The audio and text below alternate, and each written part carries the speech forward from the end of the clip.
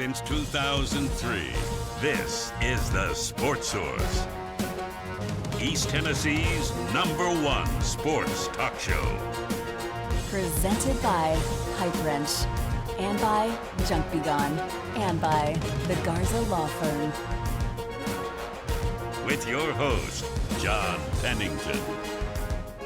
The Sports Source starts now.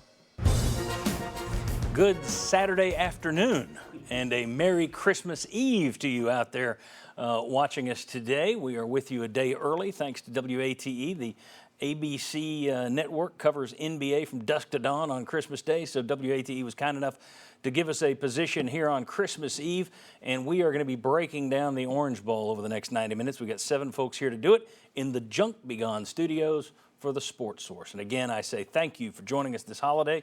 And if you happen to be catching this and you think, oh, I bet Buddy doesn't know this is on, I bet Joe doesn't know this is on, give him a call, let him know it's on. And if you've got an NFL team playing right now opposite us, go ahead, hit your DVR and catch us later. I understand that too. All right, this first segment of our show is brought to you by the Garza Law Firm. As always, on our Christmas show, we want to wish you a Merry Christmas and Happy Holidays from all of our sponsors, and the Garza Law Firm, of course, is no exception to that. You've seen their involvement here over the last few weeks with Fish Hospitality Pantry. It's a big, big cause of theirs, and it's a good cause. And Garza Law Firm is a huge part of the Knoxville community. They wish you a happy, happy holiday season from the Garza Law Firm. All right, let's welcome in the panel for the day. Well, we got a couple more guys waiting off in the wings, but here's the first wave of panelists today. Right here, Jimmy Himes from 99.1 The Sports Animal. Josh Ward sitting beside him, also from 99.1 The Sports Animal. Good job hosting the show a couple of weeks ago. Thank you. And you guys have game day all day coming up on Friday with the Orange Bowl. You got programming from morning, noon, and night, basically, correct? Yeah, it doesn't matter if they play a Saturday, Monday night, or a Friday to close out the season. We will be on all day long on the Sports Animal. Good deal. Game day all day on the Sports Animal. Bob Hodge right here, Chuck Cavaleris right there. These are the 2 longest tenured men on this panel. That's easy. And I got to the first show before Chuck did, so I'm longer. Yeah, I think I'm elite in career appearances. We'll have to check that. Well, yeah, that's kind of close. Chuck's always got to find a way to edge ahead. And Merry Christmas Eve. All right. Tennessee tries to put the bow on what has been a shockingly good season. Just, I know if there are people out there who say, oh, I knew it was coming. We've talked about this. Yeah. It's the people who say that every year. They're going to do it this year. I've got a feeling. Well, the feeling was true this year. They did it.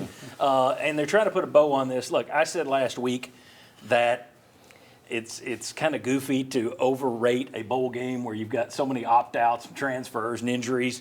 But that is the system we've got, so let's just look at it as a big game. And let's take a look here at the first graphic. We got Tennessee all-time top 10 versus top 10 bowl games. And, well, this is actually back since 1985. You haven't had many of these where you've got top 10 versus top 10. It's the first time since 2000. Even that Michigan team that Tennessee took apart in the Citrus Bowl was not in the top 10 when you played them. Tennessee 4-3 in these games, but take a look at those bowls because I'm going to ask you a question about bowls here in a minute. But Tennessee over Miami, they beat Arkansas in a great Cotton Bowl, trounced by Penn State. Nebraska beat Ohio State in a tremendous Citrus Bowl. Cleat Gate is what they called it when I moved to Columbus. Can't get over it. And then they beat Florida State for the national title and then whooped by Nebraska again out there in Tempe. But it's been a long, long time since you've been in a bowl game this big. And also, let's take a look at the next graphic here. When you look at the highest final AP rankings, you have a chance here to put yourself way up in the top 10, and you don't have that many top 10 finishes since 1985. Once again, your last one was 2001, so it's rarefied air for the Volunteers right now. I'm going to ask you guys this. As I say, it's kind of an exhibition game, but, Jimmy, for an exhibition game, this is Tennessee's biggest bowl game since? 2001. And you had the graphic up there about them finishing in the top 5. This is a chance to finish in the top 5. It's a major bowl game, and Tennessee hasn't played in a lot of major bowl games in the last 20 years. A matchup of top 10 teams. So I have to go back that far. I can't find that many really outstanding matchups that I've seen Tennessee play in the last 20 or so years. So I'm going to go 2001. And the other kind of common denominator, the 0-1 team, if it beats LSU in the Sugar Bowl, is playing for the national championship, right? So there's the disappointment going into that game, and yet you played extremely well. Well, this year, If you get by South Carolina, you're in the college football playoff. And so I see a similarity there with not meeting the ultimate goal late in the year. But I'm going to go 2001 Citrus Bowl against Michigan. All right, biggest bowl game since. You guys can jump in, or you can give me a similarity wherever you want to go. Who's up? I'm going to go with the 98 National Championship game. Biggest for a since simple 98. reason. Wow. This team has been, or this program has been down for so long. And I think there's still a lot of people out there that they can't really play the big boys. They barely beat. If Alabama hits a field goal, they beat them, et cetera, et cetera. So you've got a chance to establish sort of your bona fides right here. And you got a chance to be in the top 5. So I think if you go back to, not counting the national championship, but since then, this could be the biggest one simply because of not where you want to go, but where you're coming from.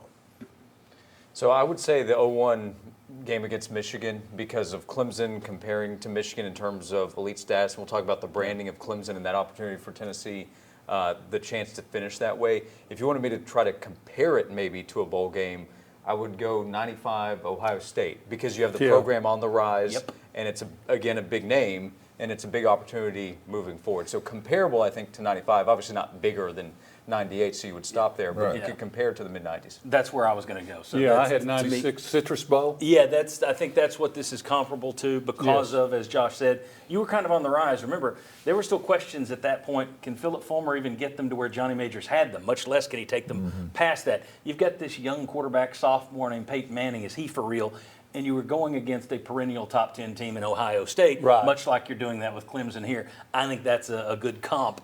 Chuck, you can either go biggest bowl game since, or you can talk comps. What are you going to do? No, I mean, I had that Citrus Bowl. I mean, and for all the reasons you said, Butch Jones might say you'd go back to the 2016 against Northwestern and a big win, but it didn't really seem That to sounds go. like something Butch Jones would say. Yeah, well, I mean, but, yes. but all of the ones you Doesn't guys really said compare. are on, to me, on the list. And I like that going back to Ohio State because, like Clemson, they were kind of like that perennial power. They were used to being in big moments and playing for the high stakes. That was the surprise to me when I went back and looked at this. I remembered that Michigan had a higher ranking. They're still a very good team, and you just beat them like a rented mule. Yeah.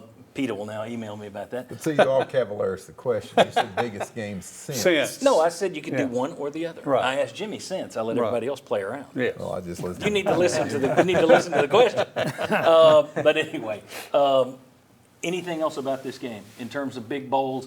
You're 2-2 all time in the Orange Bowl. That's one that the last time you went there, that was Peyton Manning's last game. Bad taste in the mouth after that Well, now, one. correct me if I'm wrong. Isn't this You're wrong. Tennessee's first New Year's Six bowl game that started in what I had, Since- 2014? yeah.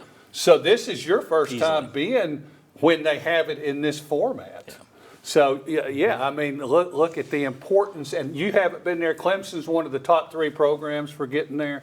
So you look at all those things, and you're like Johnny come lately, and they're the bully on the block. Yeah. And I think Tennessee, though, compared to some of those other teams, might be a little bit more prepared for the big stage after not having been on it for so long. I mean, the Alabama game was huge. The Georgia game was huge. Yeah. Boy, you're number 1 in the country at the time when you played Georgia. I think because of all the media, the constant, you're always on TV now, the bright lights may not be sort of as shocking as it was to some of the teams that were on the rise, and you go from the Tangerine Bowl to something like the Orange Bowl. Just wish they had the same team they had all year. Yeah, playing I mean, in we this were- one. Yeah. Jimmy, any final words on this one? Well, I was going to say Michigan was a pretty good brand Yeah, in 2001. They were 4 years removed from a national championship, so they weren't a great team that year. Yeah. But they'd won a national championship in the year before Tennessee did it. Well, in terms of, I'll be nice here. I agree with you in terms of the sense. I think Yeah. it is the biggest sense, that Citrus Bowl. The problem is, this orange, Citrus Bowl isn't as big a brand as an Orange Bowl, but still, Tennessee did make a Cotton Bowl against Texas A&M. Right. But the Cotton Bowl just doesn't seem to be And as, especially at that time. yeah, it's not as glorious as it Pre-New used to Year's be. 6, yeah. Right. All right, very good. Hey, when we come back, how big is the swing between an 11-2 finish and a 10-3 finish? I know what you're saying. It's one game, John. But let's discuss how big of a fall that might be, or how big of a jump it might be to finish 11-2. Let's discuss that next. Come on back on the Sports Source. Have yourself a merry little Christmas. Let yourself be light. From now on, our troubles will be out of sight.